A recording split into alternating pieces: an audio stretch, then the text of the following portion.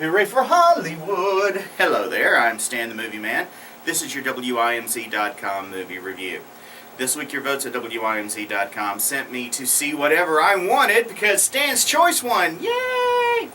And this week's Stan's Choice was the 12-time Academy Award nominated film The King's Speech, starring Colin Firth, Geoffrey, Helena, Bonham, and others. It is the story of King George VI of England, who had developed in his youth a nearly debilitating stammer whenever he got in a stressful situation, like in dealing with his father or his older brother, who would become King Edward VIII, or in a public speaking role, which many of the royals are required to do from time to time. He would just lock up. He could not get words out, period. He tried several so-called experts in stammering over the years, but his wife, Queen Elizabeth, played by Helena Bonham Carter, finds Lionel Logue, who is Geoffrey Rush's character, who is an unconventional and unimpressed with his royalty speech therapist.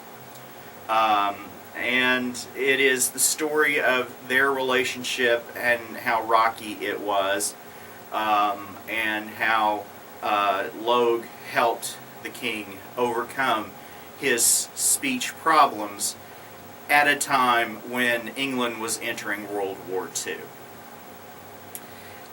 This film won't be everybody's cup of tea because there's no car chases, there's no explosions, there's no knife fights, fist fights. It's a lot of talking, but the talking that's being done is very entertaining and very interesting. This cast is some of the who's who of British actors. The cast includes Derek Jacobi, Michael Gambon, Timothy Spall, and Guy Pearce, amongst others. And it is really an interesting look. Whether it is historically perfectly accurate or not is up for debate, but it is a fascinating look at the British royalty that, a kind of lifestyle none of us will ever know.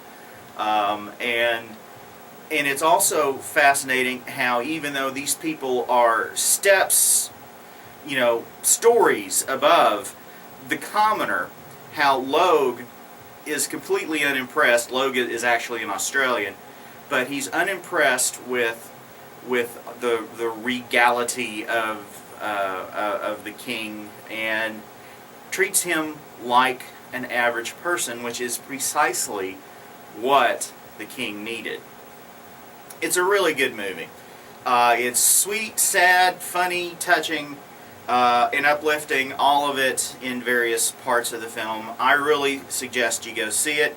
Like I said, no action, but the story moves along at a pretty up-tempo clip as it moves through about, 25, 30 years of European history, or British history anyway, and I thought it was really, really good. I'm giving it 5 guitars. Go to WIMZ.com to read my complete review, as well as to vote on the movie I see next time. Questions? Send them to me at StanTheMovieMan@att.net. You can also follow me on Twitter at MovieManStan.